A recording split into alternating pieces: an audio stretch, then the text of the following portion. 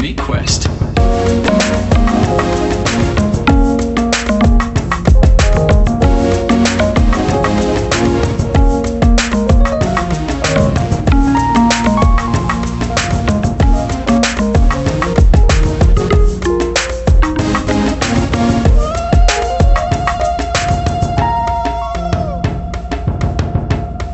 Mentorship with care. What we were trying to design and continue from where we stopped. So I'm just going to do a recap of what we learned in our last class. Good. So what happened in our last class, I apologize for slight changes on this particular platform on the design because I lost what we were working on. I didn't save it, but so I quickly had to do something. So this is almost close to what we did. So last class we were able to start our design. We did our landing page and we actually worked on how to hide or how to disable clickable buttons or elements based on input from the user, right? We did that. We also worked on how to make collapsible pop-up like this, but we didn't touch on how to make the form itself. So today I'm going to cover how we're going to make the forms, how to manipulate the default form setting, and how to make it more user-friendly. And then I'm also going to touch on gallery proper. Today, I'm also going to touch on how to quickly, I'll do something quick on how to create SharePoint. I know SharePoint is not part of our class, but if you're going to be building solutions, especially if you want to show your organization that this is an idea that you have, you wouldn't want to start telling them they need to pay for SQL or they need to start paying for anything premium. You just want to use the basics. So in doing that, most of the solutions you can deploy free of charge, almost free of charge. It's you can use SharePoint list at least to have an MVP before you start going a bit advanced, right? So it's good for us to know the kind of database or what are used as a database in this support system. I'm going to show you a bit of it. Then we move on connecting whatever we've created on SharePoint on the list, on the form, and how to manipulate the data. And also, we touched on the menu. We worked a bit on how to do the menu, and I told us how I was able to use the same trick I use in making a container hidden or visible. That's the same way I use in doing this menu. Before we dive deep for today's section, I'll just show you a bit. So it's the same thing. We have two containers. One of the container, if I click on this button, this particular button will disappear and this container you're seeing here will also disappear.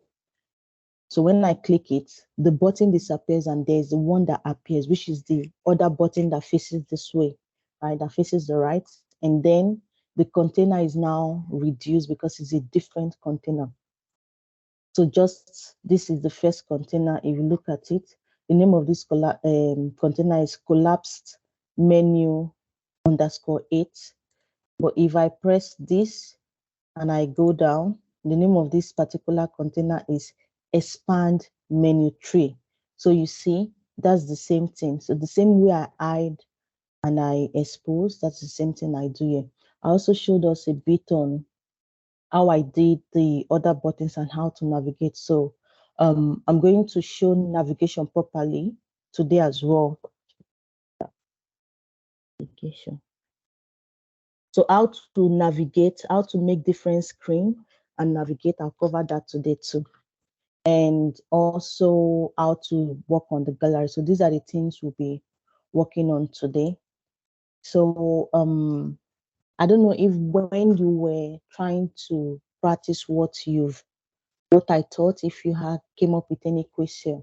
If there is none currently, there is no problem. But when you start designing and you get issues, you don't need to wait for the next class or the next bootcamp, you can always put your questions on the platform for so that you can get answers almost immediately.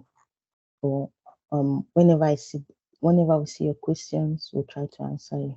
All right. Now we're in. Just like I showed us the other time, how to create screen. You click on your new screen, right? And then you choose the kind of screen you want. So I'm assuming that I've created a new screen. Okay, let me just create something, a duplicate. Is it that you make duplicate? I also showed us how to duplicate a screen. So I'm assuming that I'm duplicating maybe resolve screen, or I've just had a new screen. So for me to be able to make my buttons to be responsive, all I need to do, I'll zoom on the button I want. It might not just be navigation. It could be maybe a page for setting. It could be maybe this page, this icon. It's not a menu, but it's something that I've put there. So when people click on it, they should be able to navigate to the setting page. So let me just quickly do a blank page. And then I name it setting. I'm going to rename it setting page, settings, screen. There are other advanced uses of screen where if you write an automate, maybe to a particular item, and someone sees the email, when they click on the email, it goes to a particular screen based on the list item. So those are advanced mapping and deep linking. But before we get to those ones, this is just the basic way for you to be able to navigate into a new screen. Maybe this is the screen called settings.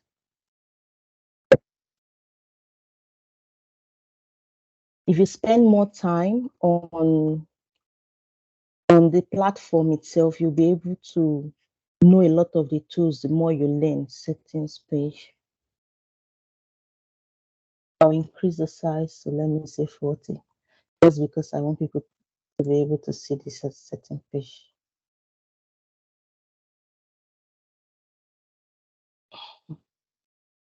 Okay, so if this is the setting page and I want anyone that clicks on this button to be able to go to the setting page, all I need to do is to click on the icon and then on select, just like I mentioned the other time, and click on select, and then you tell the button or the instruction, the event is on select, what should happen when someone selects this particular object.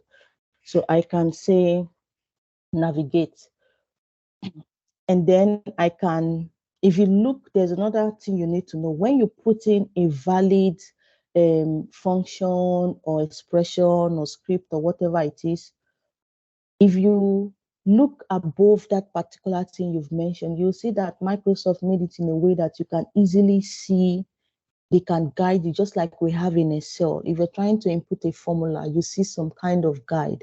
So it's the same thing also in Power Platform. So because I type navigate, the next thing they're asking is the target. Where do I want this page? So all I need is that I want it to go to the settings, and if I put settings, you see that the settings screen comes up. There are other things that can happen, but all I need is that I want this button to move me to the settings screen, right? And then there's another parameter you can put, which is how you want the navigation to be. It's like the effect.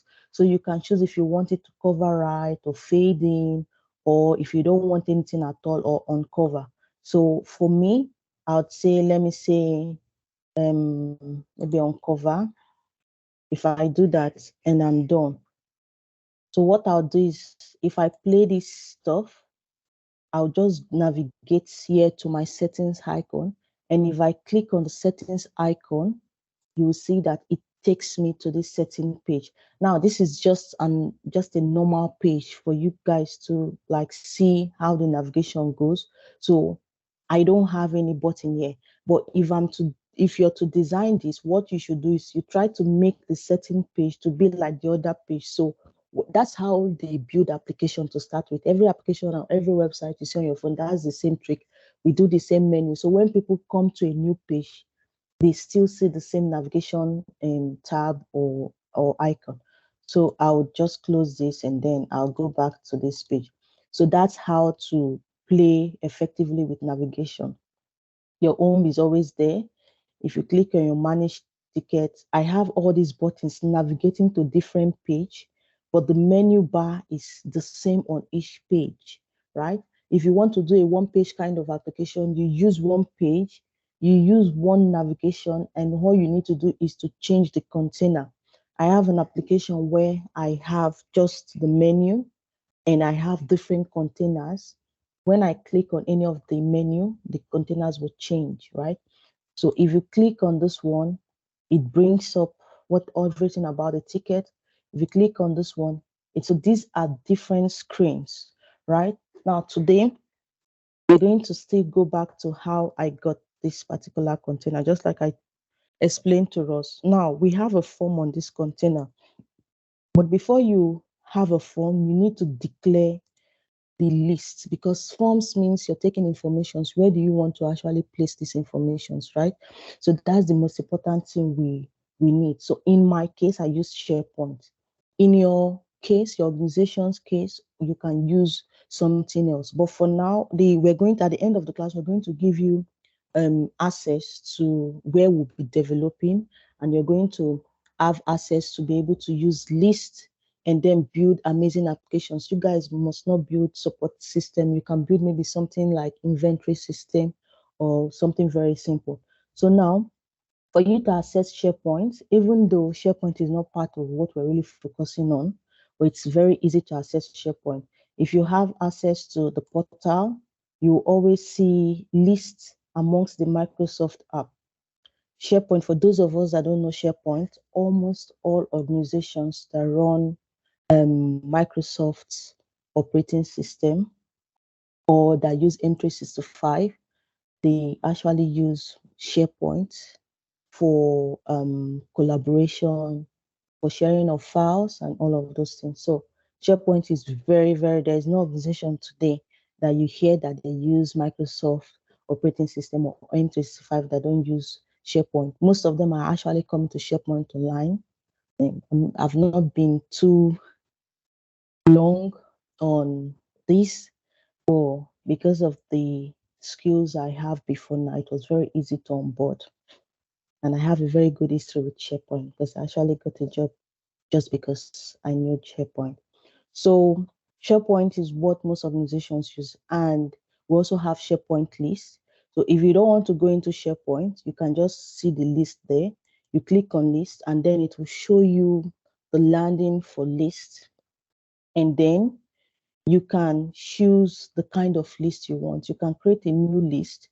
For us, we have this list there. So all these are different lists we use attaching to the applications we're building.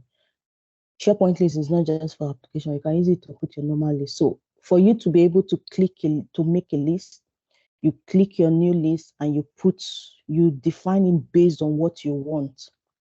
You can get a list, you can create a list from Excel, or you can start a list from an existing list that you already have in the SharePoint, or you can just start a blank list, or you can use from a template that Microsoft has provided for you. So that's it. You put your name, you put your all those stuff you need. So for us, our application is being tied to ticket system here. So if you look at the list, these are all the informations in the list. I can export this list for reporting. I can also use this list to make a Power BI report and also embed it in our Power Platform. But I just want to give you a rundown of what you're seeing on this list, so you don't say how because not all of us, most of us are new. So when you see something like this, you get that this information is not just typing, it's coming from somewhere that's acting like the database. So what I did is, in this list, we have the issue, which is like the title, and then we have different category. Just a bonus, I'll quickly show you. If you want to, what do I even need to, should I start a new list? Okay, just for bonus sake, I'll just run a new list. I'm going to start a new list for blank, and I'm going to say support support ticket for those that don't know how to, and then you give the description of your list. You can specify a color that you use in identifying and possibly an icon. So most of these things are actually new. And then you click on create, and then you begin to define the columns of your list. The first one will be title.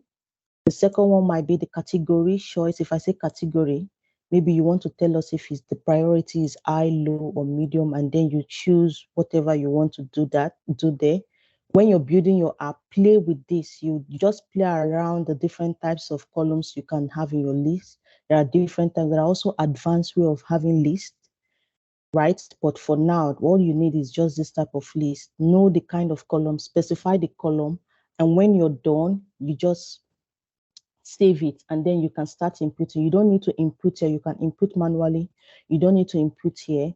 You can also just go to your app, connect your list. I'll show you how I connected the list. You connect your list, and then you start inputting your data from your application, and everything you put will appear here. So this is the title column. This is the category column. Is a multi-choice column, and is a single but choice column, right? Like a drop-down list, kind of. This is a description, is a multi-line column. This is priorities choice column. This is status, is also choice.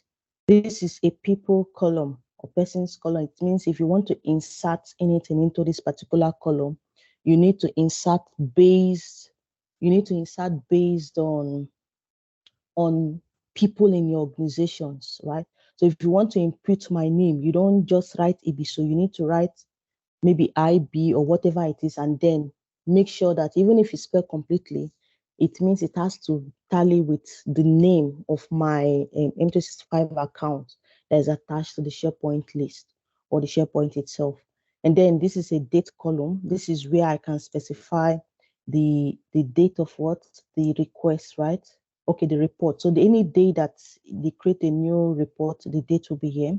The issue source is not important for now, but if maybe you have a support system that someone can report a particular application or a particular SharePoint page, then you allow them to be able to give you the link, just so that when you're trying to resolve their issue, you can click on the link and go straight to the place and see if they're having permissions issue or whatever it is.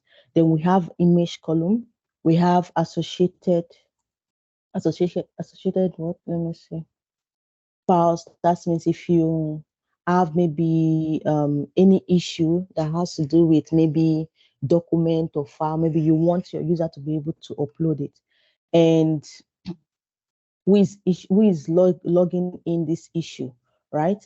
It's also there. Sometimes you can put it because there are some staff that work in the office. There are some staff that actually work on the field, right?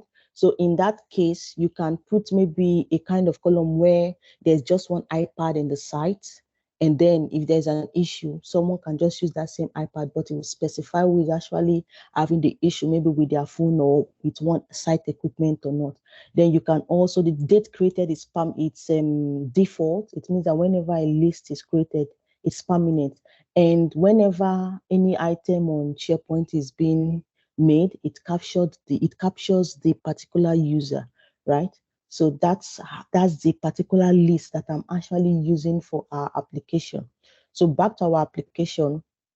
Now I want to create a form, right? I'm going to add this. So I want to create this form. So I'm going to quickly snap this form. Let's take a screenshot.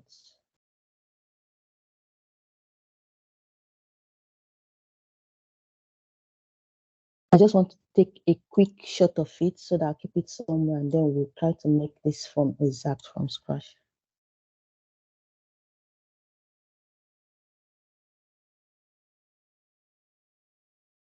Okay, so I have my form here. What I'll do is that now we have our container, right? And this is the form. If you look at our tree, we want to recreate this form. All I need to do is to delete the form.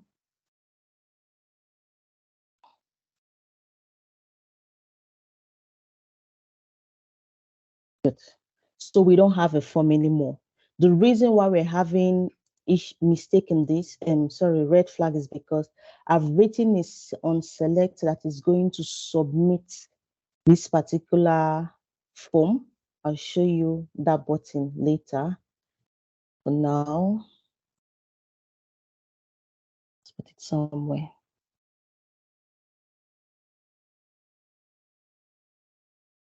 Don't worry, this app will also be available for you guys to, if at the end of the training you want some of maybe something like this, we can give you access to it for you to play and create your own.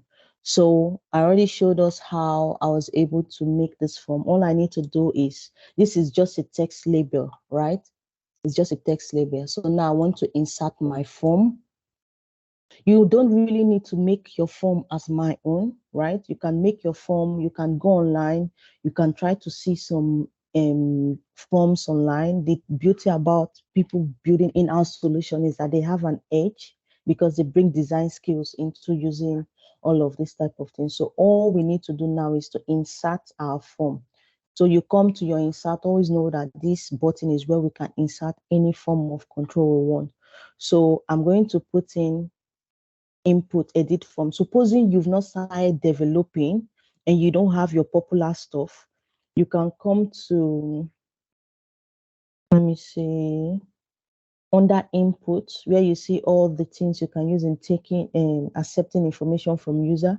You can see edit form. So you can use edit form and change it to view, or you just use view form. I'll show you the difference. So for edit form, I'm going to click, and then I've inserted this form in this particular container, right? And what I need to do next is to rename. I'm going to say new ticket form. New ticket form. The reason I'm renaming is so when I want to submit the form, I'll be able to know which form to submit. If you don't know your forms, one button can even submit form B on another thing. So you need to be very careful. So this is my form. My form is empty because I've not connected my form to any data source or any item, right? So what I need to do is I need to connect it to a particular data or data list or whatever it is. In my case, I already have the ticket system, remember, because if you look at my list, this is my ticketing. So assuming that I create something called the document management or site inspection list, I need to come here and then I attach it back. I need to do that. I showed us in the last class. I need to do that. Come here. You come to add data, right? In your add data, you scroll down. If you don't see all, these are tables, not tables. If you don't see, you can just search because of course it's a long stuff. So you can put SharePoint. Like I said the other time, you can attach this, you can connect your application to so many things, even third-party applications that are not here, you can actually connect it. So I'm just going to say SharePoint, and in SharePoint, you're going to choose your account. So at the end of this class, when we assign you to different accounts, when you're connecting your application to an account, you need to specify the account, last means your own account, that you'll be connecting your application to. And then if you're going to be working with different, of course, SharePoint list will be attached to a SharePoint itself, right? So it doesn't just float. So you need to specify the SharePoint site that you're actually connecting this list from. So I could use we have the PowerApps project, and under the PowerApps project, you have to choose the particular list. So these are all the lists that are current in this particular site, right? Then you choose your list. If it's ticket system, you choose ticket system. I already have ticket system here, so it doesn't make sense for me to select the name. But in your case, you connect it. And once you connect it, if I connect this now, once you connect it, it will appear amongst your data. The next thing you will do is in the form, you click on the form.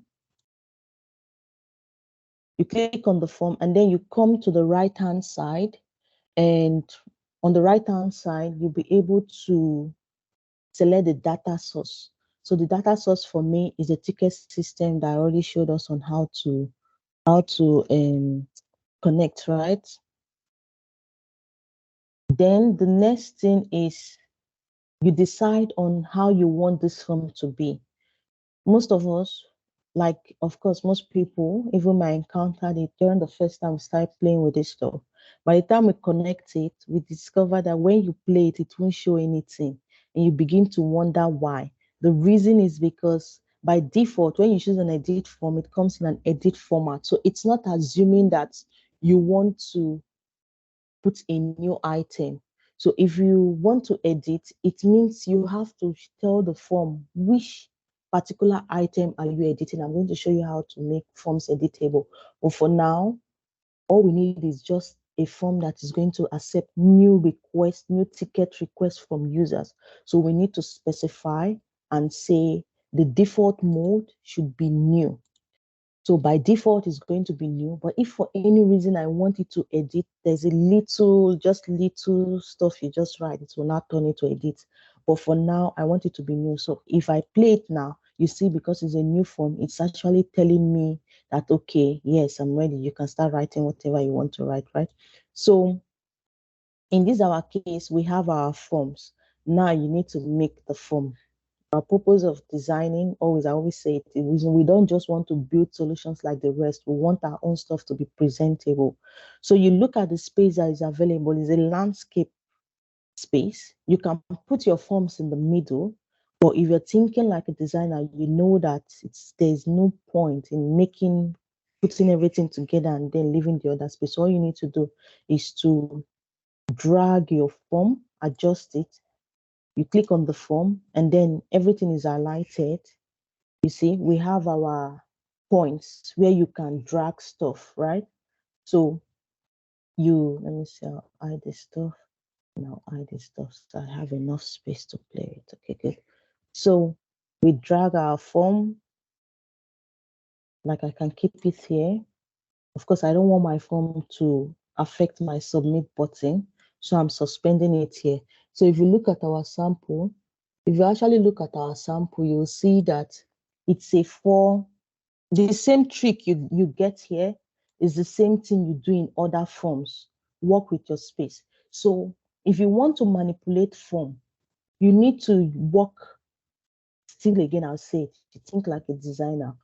You assume a grid system and then you manipulate. So in my own design, we have actually a 4 grid, like 4 column is actually what I have here. But what I've done, the trick there is that it's a 4 column, but the second line that has the issue description, I expanded it, right? And then I expand. So in my own case, I do not follow the default dimension, and it's okay for you to follow me. This is a 3 column. I'll first of all make it a 4 column, right? I'll make it a 4 column. Even if I want to work with 3 column, there's nothing wrong. I can still work with 3 column and still make it beautiful, right? But let me work with 4 column so that you see how I manipulate, so that just in case you're working with something else, it will be easy. So now we have 4 column. All I need to do is that I want my title to be big. I want the other ones to be small. So if you look at the title column, the dimension is, I normally write, the dimension is like 290 in the width, right? It means all of them will be 290. All of them will be 290. Yeah. So what you need to do is sometimes you just multiply it. You can multiply them and then you divide it yourself. So 290, 290, 290. It's around like maybe 9 something. I don't know. Not my business. No, sorry, 1,000 something. So all I need to do is that status will not take too much. Status is, look, if you play status, it's just telling me in progress, won't fix. This is actually won't fix. Fix that. New, and you see that the text, even the highest word is not even large. I look at priority. This is designing stuff, right? If you look, the highest thing here to click is critical, or normal is longer. I don't know, they are of the same size. You choose them. Description, of course, it has more stuff that you're going to put. Maybe you know that if you want to do things about description, it has to be big, right? So I can move description down. I'll also show you how to move things up and down. So first we have our title, dates, supported category, and priority. So even the status is not in this line, but we can do our own way. But one thing I know is that the title should take all of the space. The description can take a bigger space, so I'll bring it down. So I'll close this back and I'll try to bring description down. So how I would do this is that I'll click on this form. I'll go again to the right. You see the edit form, and then I'm going to see all the fields, and all the fields here are arranged based on how it appears in the form. So I'm going to bring my issue description maybe down, right? Yeah, I have it in one full space. That I think I'm very okay with that. Then date reported. I need to bring date report. I'm praying that it shouldn't be here, so it's here. Let me assume that it's not here. I'll remove it. So sometimes when you come to your form, you don't see all your fields, right? Don't worry about it. You just click on add field, and then you're going to see all the fields. You see, so all the fields are there. Some of the default fields are not even here, but you really need the default fields in some of your form.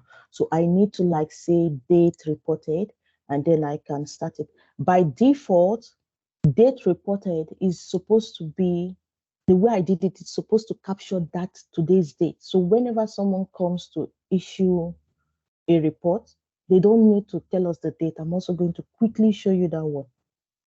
So now I'm assuming that we have our stuff, right? We have our fields complete. I've moved what I want to move. Issue description can be up. Issue description can share with image. So I'll bring this one here. You see, I drag and I push up, right? So before now, you can't even drag and push. You keep on here and you say move up, move up, move up, move up. But thank God that now you can drag. And then our third line, we have issue source and attachment. So I'm going to say issue source, issue log by. I really don't need it, to be honest, because whoever that fills this list, I have their name by default.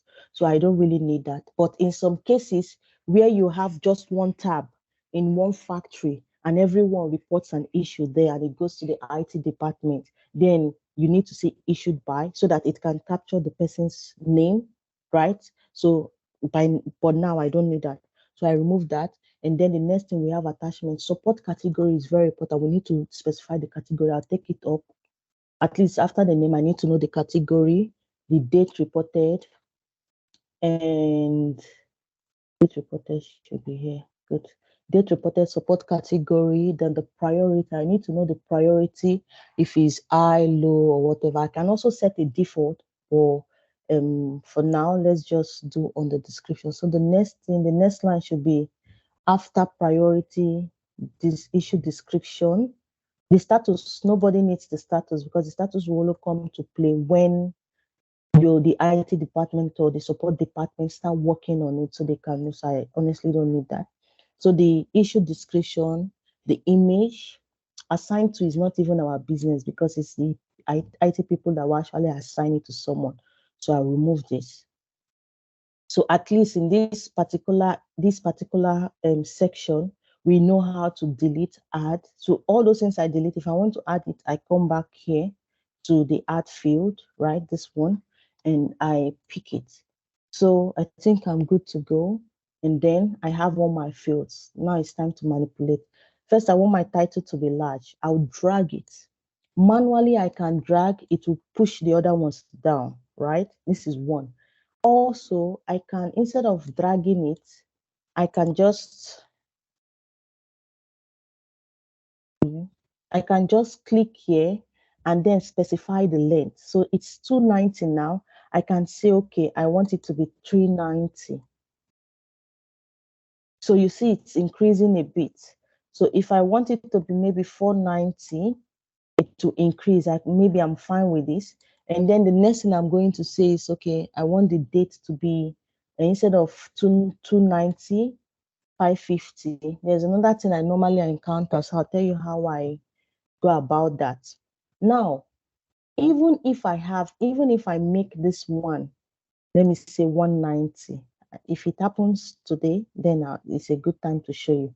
Okay, it's obviously happening. So sometimes when you act, even when you've tried to make this one small enough to fit in here, you might still have issues with it not going up. I almost whether climbing up or going up. It's not going there, but that's where I want it. So the way I do it is that I click on the form. I'm going to reduce here a bit. Let me see. I'll assume maybe to 50 and see if it will go. It still didn't go. So I'll click on my form. I'll come to my edit field and I will just act like I'm interswitching, if that's a word. I'll act like I'm moving things up and down. And I'll take it all back and see. It didn't fit. If it didn't fit, it means that the space there is not much. I'm going to reduce this space a bit by, let me see, 20. 20 is too small. So I'll make it 40.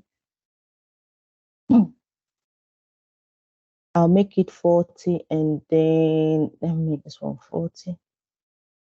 This one I'll make it supposed to, okay, it still don't climb. I'll try again. So I'll interchange and see if it will come. Okay. Sometimes it doesn't happen, but what I do is that I'll reduce this one. It will come up and then I'll increase it again by maybe 30 and watch it grow gradually. I'll say 40.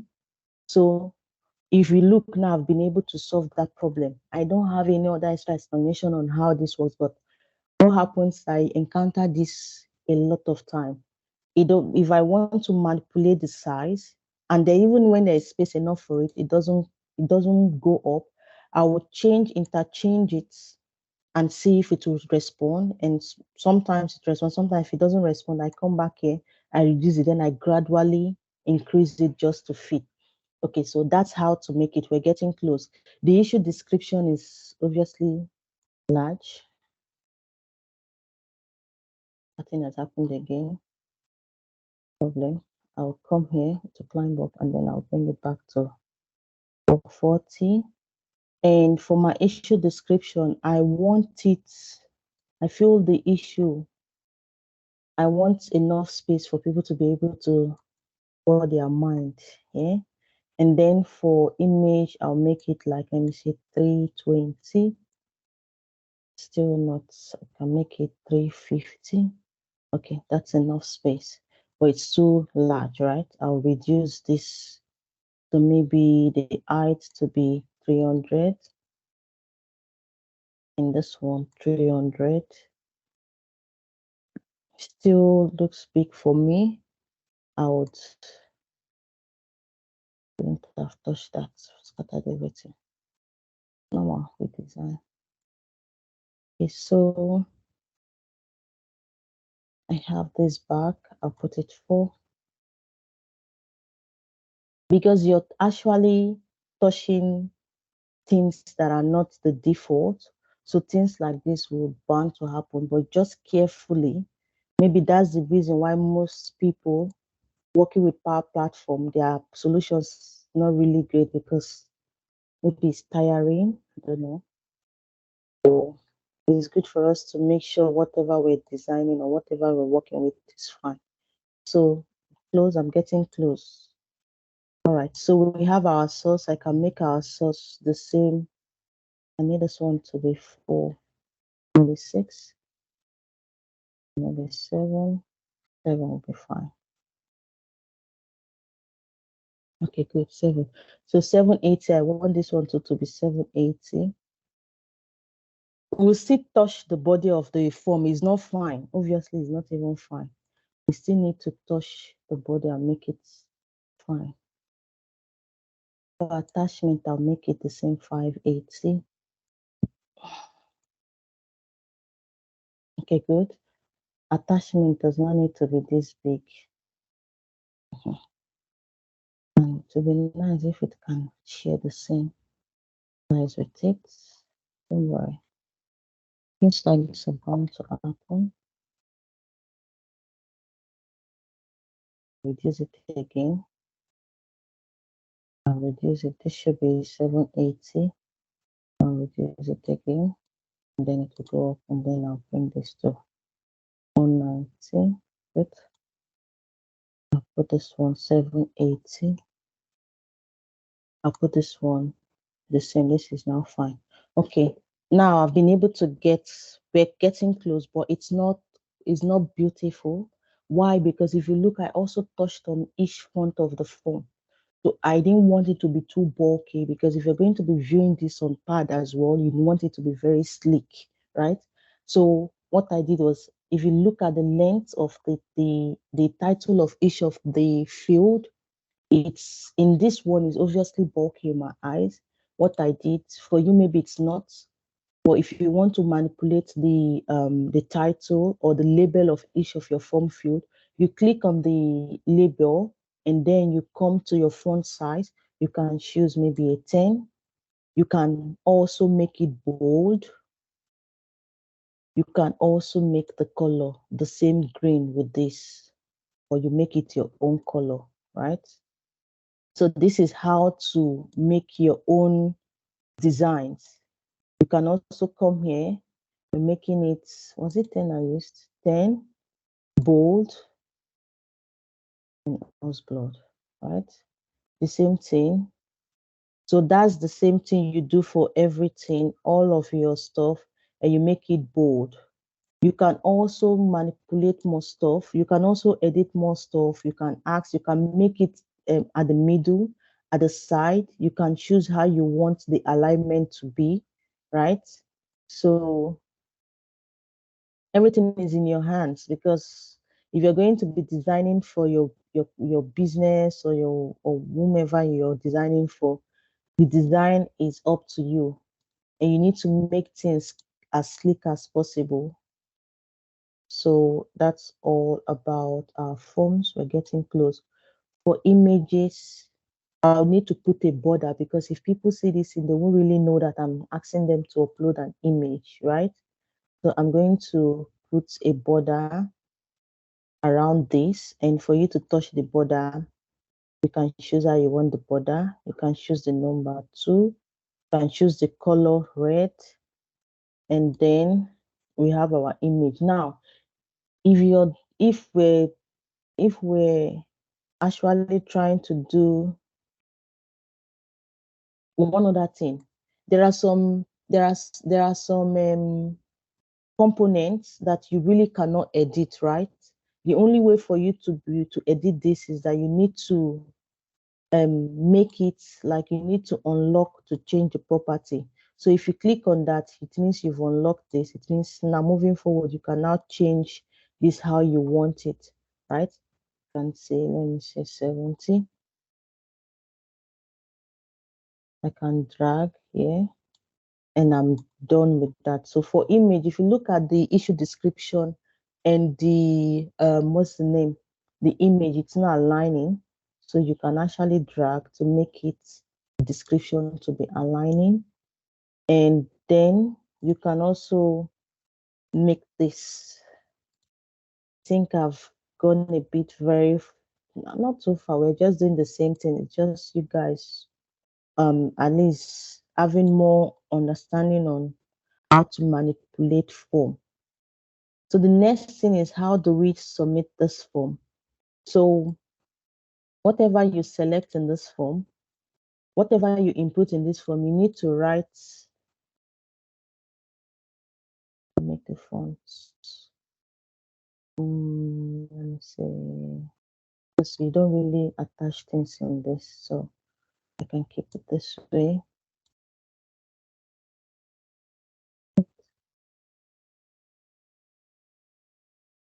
So it's many people, I can assure you that many people using Power Platform do not, I can even tell you up to 60% using Power Platform do not know that you can actually manipulate the form fields when they give you the default, right?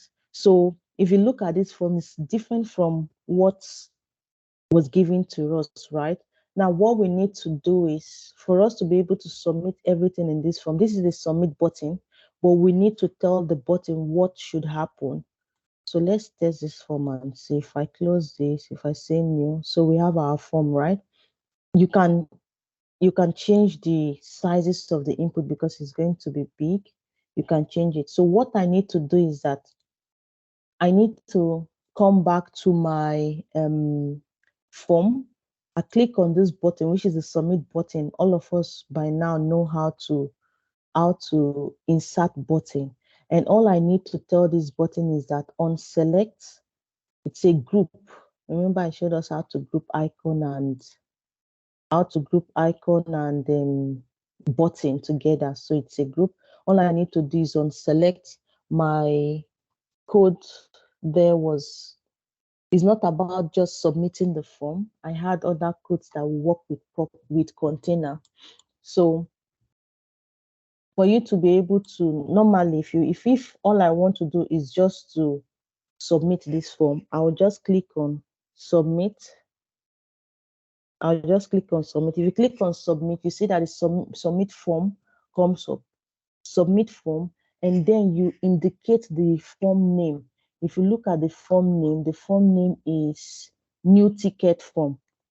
New ticket. So that's the new ticket form.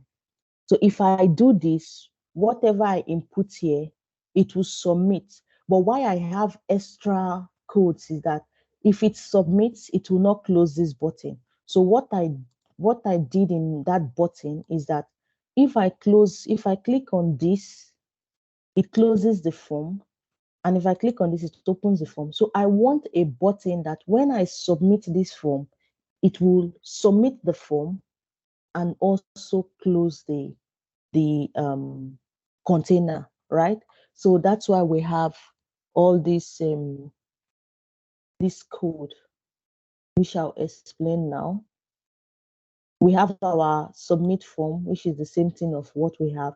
So what I need to do is that it's going to set that same button, whatever I have in this button. If you look at this button, you see it sets the new form container text to close. That's the same thing I want this my button to do. So it sets this one, it sets it close, and then the next thing it does is it submits my form. And when it submits my form, it's going to notify. So these are more stuff we have in our this. There is no even, there is no need to teach the kind of notification alerts and all that, because online, if you just go online and say, I want my PowerApps button to submit and send a message, it will immediately put a message. So that's what we have in our form there. So that's how to submit a form.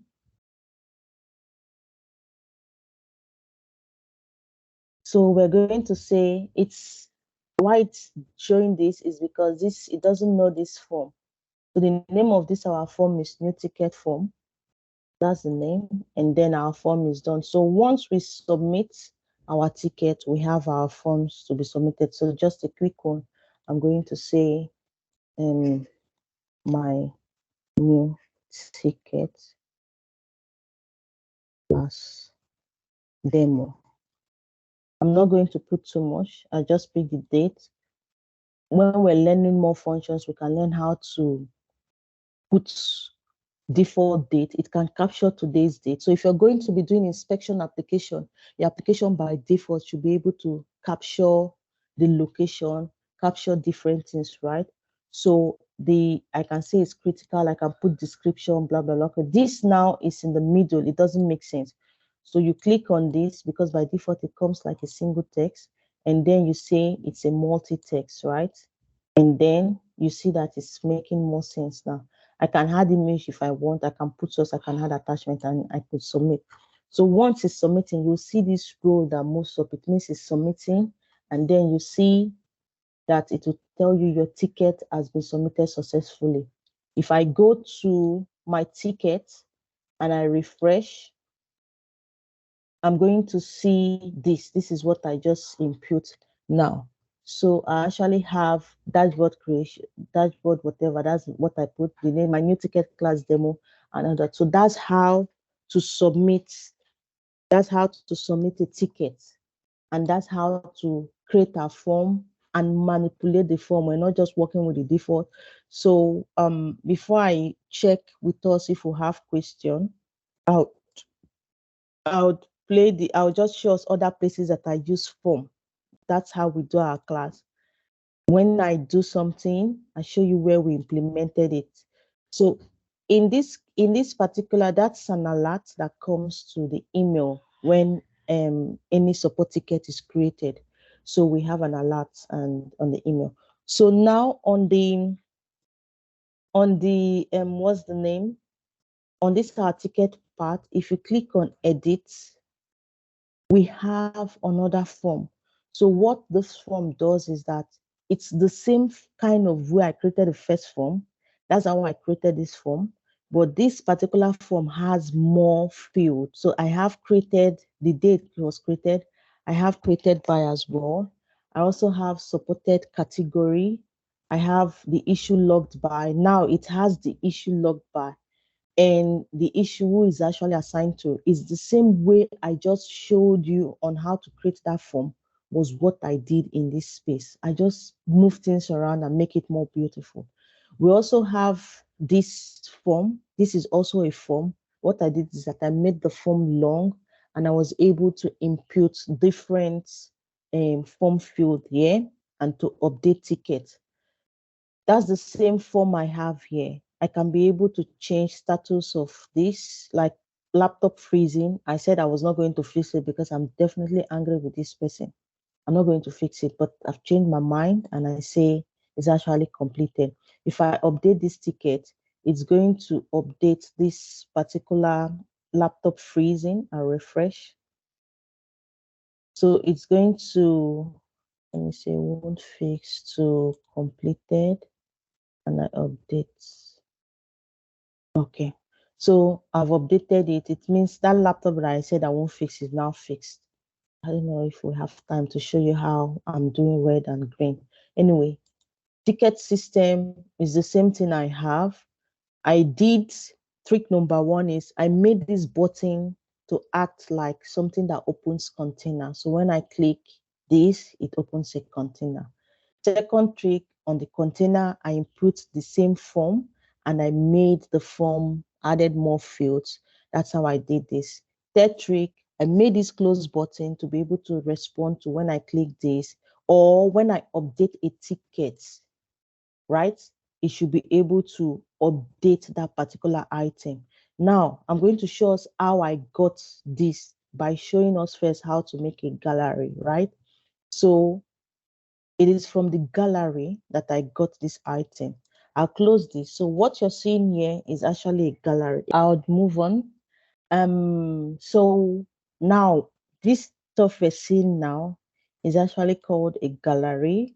And for us to insert a gallery, for us to get this, what I'll do is I will minimize it. So maybe while we're seeing the main one, it will motivate us on what to do. All right.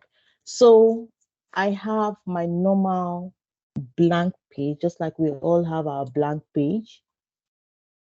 And just like this, what I'll do or what I did there was I inserted, I get mine most in popular. I want to show you just in case you don't see popular, it will be layout here. So in under layout, you can see different kinds of gallery, right? You can choose vertical gallery, horizontal gallery, flexible, blah, blah, blah. So if I'm going to be choosing vertical gallery, I'll insert it this way. Now, by default, this is what comes in, right? But now you need to choose how you want it. My gallery display for my resolve screen is different from my queue screen, is also different from my ticket screen. Now, that's because of you just edit the components, right? Just like I did in this form as well. So if this is your gallery, you selected it, you need to connect your gallery to a data source because the essence of the gallery is to be able to bring in informations, right? So it's while it's trying to bring in informations, you need to specify the exact gallery that you really want, the exact data source. So for me, I have my ticket system. the 3 galleries I have in this app is linked to just one list, right? So if I click this one now to the ticketing, this is the default that comes in, right? So now let me assume that I'm working on my ticket screen and I input this gallery. I'll close this one so we have enough space. I'll reduce it a bit. Okay, good. So we have this gallery, right? So if I'm doing maybe something that has to do with monitoring, inspection, or inventory, and it has image, and I need to decide what I need to put, and also define the space I want to use, right? So in my case, in this our case, we have the item, the title of the item of this particular gallery. So each gallery have numbers, right? Take this one down more. I just need one line. Yeah, good. So each of these items is coming from the data, and we have a lot because it's scrollable, right? You can scroll. So whatever you do to one item, the first line affects the rest, right? So let me say I make this image. This image is coming by default, and the name of this gallery is, it will be display gallery. Something, okay, gallery 1, for example. So for you to get items is that if you put an image, if I delete this and I insert an image, anything you insert inside of your gallery will affect the rest, right? So let me say I'm inserting an image, media. I insert an image. If you look, all of the line, this image is not in the gallery. That's why it's like this. I need to put it in this gallery. And then you see all of it is appearing. So if I design this image and I say I want the border to be dotted lines, I want it to be 5, maybe 6, so that it will be large like this. And I want the border radius to be, let me say, 100. That one is to make it round, in case you don't know. All right, so in my case, now you see that all the images have this design. Now, what I need to do is that I need to say this item, because everything in this gallery is an item. I'm going to say this particular image should be able to force this item dot image. So where am I getting this image from? I'm getting this image from the ticket system, which is the image, sorry, which is the image column. So this images column is what I'm invoking here, right? So if I make the height and the width the same, the radius is supposed to be equal. So I can make it more round. Let me say I'm working with 200. I'll make it high or low. All right. So now I have the image. The border is actually too big. Let me see. I reduce it to, let me say, 3. Okay, better. So I can also make the background to have a particular color. So those extra that is remaining at the background, it will not reflect. Okay, fine.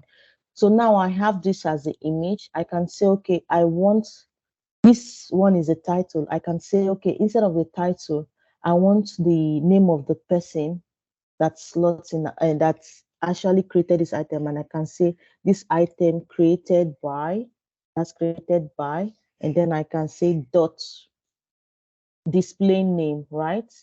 So if I do dot display name, it will invoke the person that actually displayed the item. But it's good for us to remain with title. So the title of this stuff, it will reflect on the rest.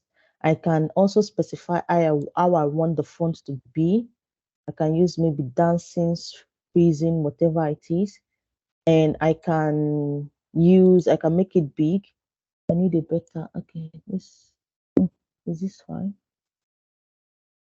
Anyway, I don't even have much options to start with. I can use this one. Okay, fine. Not even fine. Okay. So maybe because I like designing and I'm just going around. So I can use my font, whatever font I decide is what will remain. I can decide to change how I want the font to be. I can make this a bit maybe smaller, 9. And then I can also I can put a line to demarcate, let me say, each item. So all of this, why I'm doing this is just to show us how we can actually work with the display inside of our gallery.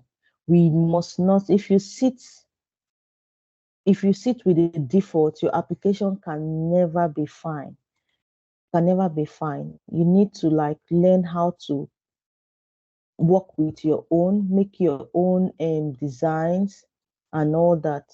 So this is the line. You see our line is there. I can also come in now and still add the same thing. So now that we have this one, I'm going to explain with this one because we're going to be fast. I won't delete that one. I'll just make my background. I'll make my background white so that one won't show. Okay. So looks it's still showing. I'll just explain with what I've done is the same thing we have here. I'll close this so we have enough space to work with. Okay, so first I have my image, which is this item.image. I input a particular icon and I named it, it's just a regular icon. It's not about this item. You just insert. When you insert, it will reflect on all. Then beside it, I put this item, the display name, just like I showed you. This is the created date. This is the description. This is the value of the status. This is the priority value. And then I inserted a button. So what I did in my button is that when I click the button, it does the same thing that the first page does when you want to create a new ticket. It sets the ticket view container to open, and it gives you a new form where you can edit the ticket form. But before you make the form visible, you need to specify edit form. So it's no longer a new form. So when you click here, if you click, it brings this container and it brings this form. Now, how does this form actually get the value of that particular line, right? Is because when you click on this form, if you come to this place, sorry, to your tree, and you click on this form, you see that the name of this form is ticket form edit. When you're on ticket form edit, you need the data source is actually ticket system, but you need to specify that the item should be, that's under item, it should be what that gallery was selected. So that gallery has different items, but any one that you select the button, it should be able to input all the values of that particular gallery list item, and then it has to bring them here. So that's how we actually get the particular item. You enjoy this when you start practicing.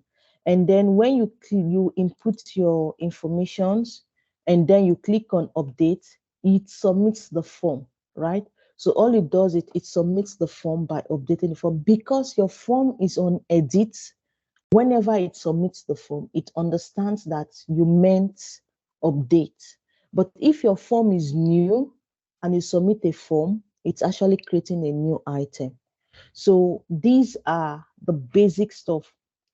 If you go through our videos and when we upload this one and you go with it gradually while you're building your own solution, to challenge you, if you want to really understand this what you're doing properly, don't build a support system.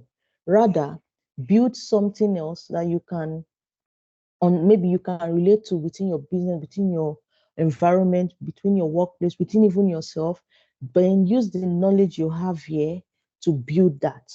Then you can be exposed to more challenges and you can have more questions to answer. So I've been able to cover navigation. I've been able to cover forms. I've been able to cover gallery. I've been able to cover how we did the menu. I've also given a bonus on how we actually create the SharePoint and a bit around SharePoint list. Is there any question?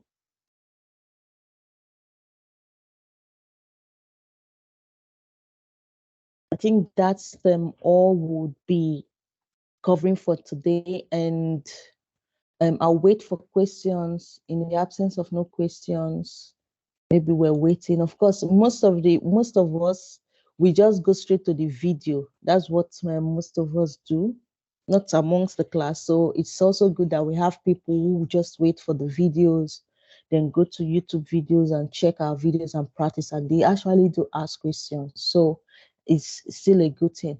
So for us that are here, we'll have the privilege to have access to, from the Slack group we'll assign, I think, because sharing password and all that. So what I'll do is, if you're interested, because obviously I see one or two persons already have started their program, like started doing it on their own.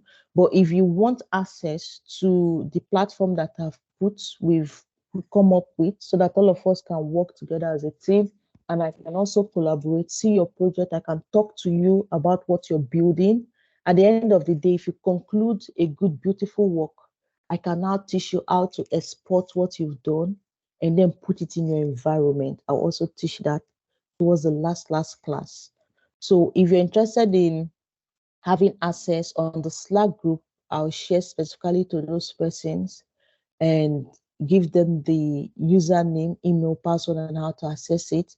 And they can start building, you can start building your solution, so that I can also review your solutions with you and we can build something amazing together.